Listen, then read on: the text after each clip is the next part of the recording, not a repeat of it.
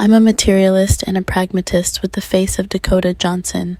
For any man I'd consider dating, there are only 3 requirements: money, money, and surprise, more money. Hey, are you single? Please give me a call if you want to meet somebody. Long ago, when cavemen were still figuring out fire, one Neanderthal pickup artist invented the very first dating hack. First, sneakily lower a woman's guard and then drag her around the field by her hair. But hey, that was the past. Let's get back to the present. My job? I professionally match people who later end up hating each other, but with rings, a shared mortgage, and joint Wi-Fi bills.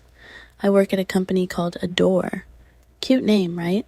Especially considering that 90% of our clients end up adoring only their divorce lawyers.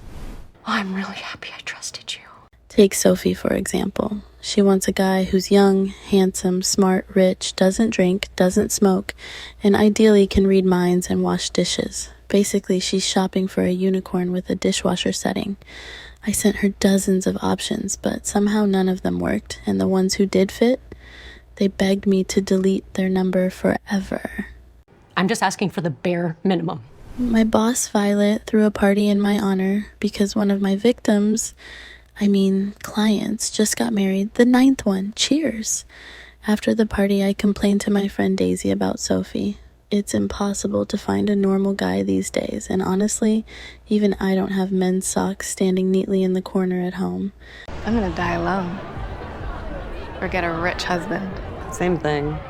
Later, I went to an expo, well, technically a wedding, of my client Charlotte. For me, weddings are less about romance and more like business conferences. Bridesmaids, groomsmen, perfect prospects for advertising my services. I need you so badly. Yeah, I'm desperate. But Charlotte was nervous. I don't think I love Peter, she said. Turns out she's in constant competition with her sister over who's got the better man. So I gave her my professional advice. Don't worry, just marry him. Your sister will collapse from envy, and that alone is a solid foundation for marriage. Charlotte's eyes lit up. Wow, genius. And just like that, down the aisle she went. Yes, what can I say? I'm a motivation guru. And then came Harry, the groom's brother, played by Pedro Pascal, a potential sponsor for my future romantic dinners. Obviously, I wasn't going to ignore him. My mother wants me to marry. I can help you with that. The evening would have been perfect if the waiter wasn't my ex. Yes, Captain America himself, Chris Evans. Only now he was captain. Would you like another canapé? He dragged me out for a smoke break, filling my ears once again with his "I'll be a great actor" speech. Sure. Hollywood's waiting, right after the drive-thru at McDonald's. I missed you too. Meanwhile, I was already swept onto the dance floor by Harry, who agreed to take my promo materials only in exchange for a dance. You're smart, Pedro, I told him. This feels like pure barter. Are you hitting on me? But John, another ex, didn't like this little marketplace arrangement, so he decided to give me a ride home. I shivered at the sight of his Porsche. Yes, I still get nightmares of him whining over every single dollar. Nothing strengthens a relationship like taxi drivers cursing you out while honking from behind. I don't hate you. You do. And it's not because we're not in love. It's because we're broke. I like my job, but what I don't like is that every man, and I mean every man, wants women who are beautiful and successful. It gets really intense and complicated with women in their 30s. They've really... Easy. Since I'm Dr. Frankenstein. Such primitive creatures, not like Harry. He's rich, handsome, and thinks I have special thoughts, which led to flowers, dates, expensive dinners, and regular house tours in his luxurious mansion. Very regular. On my first visit alone, I had time to inspect furniture worth millions, and you know what? I was fine with it. Or maybe I just pretended to be. But you are what we call, in my industry, a unicorn. Meanwhile, John was living his own kind of life, authentic, real, the kind of life he thought every woman secretly dreamed of. Translation: a tiny apartment shared with 2 roommates and a pack of instant noodles proudly considered dinner. Hey, motherfucker, you can't leave your used car on the kitchen floor. It's unacceptable. But hey, who cares about all that when you're building a strong family, right? At least in his opinion. And yet he still called me, inviting me to his play. Apparently he thought free tickets were enough to win me back. The next morning, I decided to call Mark, the guy who'd been Sophie's latest dating victim. Mark sounded thrilled, saying the date went great and he couldn't wait to see her again. I was already doodling little hearts in my report, but when I got to work, I learned Sophie thought the date was more like a scene straight out of Wrong Turn. Apparently, she was assaulted on the date. She was furious, ready to sue us, already hiring lawyers. Yep, I had introduced my client to a young Hannibal Lecter. Thanks a lot. Adore. Making love taste richer. Violet told me not to worry. Don't get involved. Everything's handled. We've never even heard of Sophie. So I went to the bathroom because at that point it wasn't romance anymore. It was silence of the matchmakers. Am I dressed nice enough? You might be dressed too nice. I did end up going to John's play, but I brought Harry along just to make it extra pleasant for John. And John, still broke, still whining, but this time he actually had an audience. A whole 5 people. Success. Can't believe you remembered all those lines. Yeah, it's nuts. After the performance, John begged me to buy him a drink.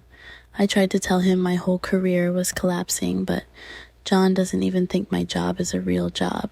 It's just girl shit, right? Always know exactly what to say to me. His job, that's a real job. Thanks, Dr. Phil. Luckily, I've got Pedro. But there's no escaping work.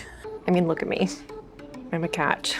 It's a full-on circus. One client insists she'll only date Republicans, even if deep down they're Democrats. Another demands Johnny Depp, but with Brad Pitt's personality. I start losing it and just blurting out the truth left and right. People are people are people are people. The clients are horrified. She told us the truth. And one by one, they start dropping the agency like it's contagious. My boss keeps it short. You're burned out. Take a vacation. And I expect you back in 4 weeks.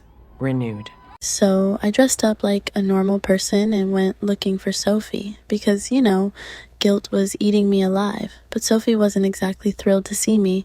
In fact, she told me straight to my face, "You set me up with a creep." I tried to defend myself with my classic line. But hey, he did fit your criteria.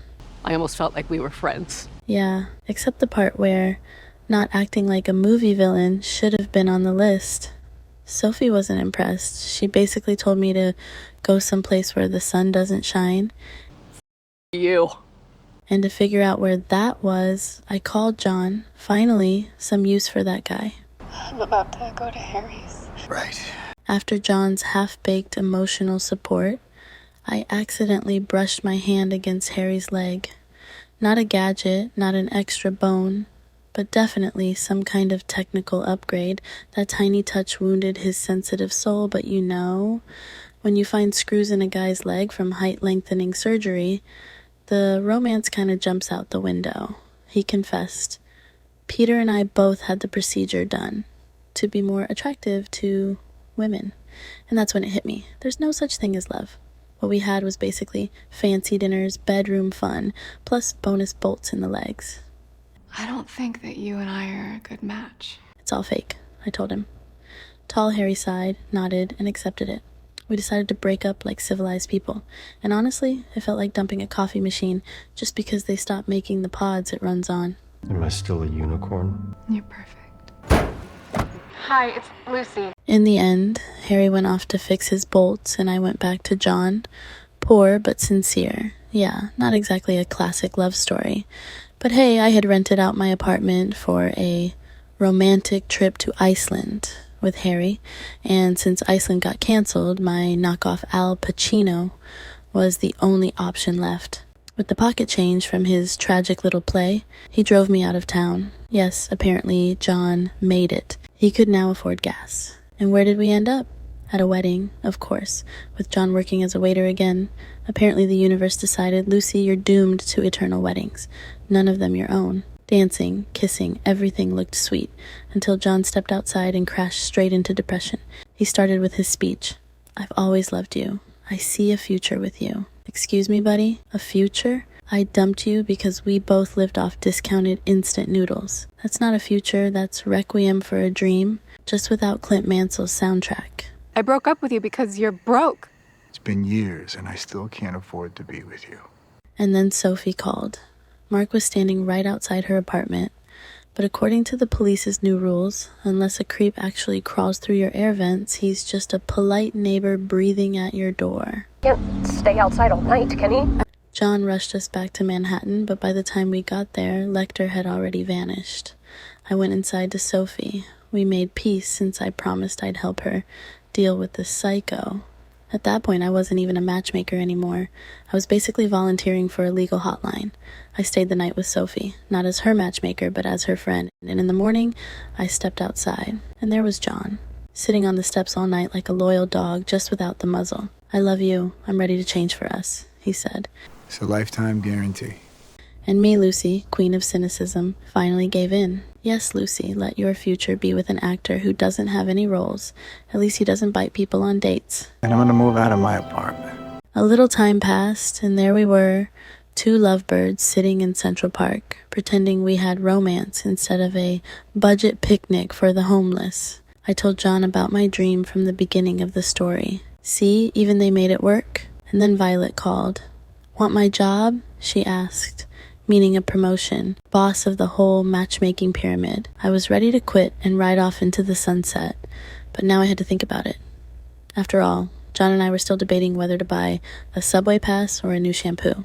Then John dramatically pulled a ring out of a flower, like it was Tiffany's, and asked, "Will you?" How'd you like to make a very bad financial decision? I smiled back as if I had completely forgotten that I'd spent the entire film saying I can't be with a poor man. Well, fine. Let's say love wins, at least until the next rent bill. The end.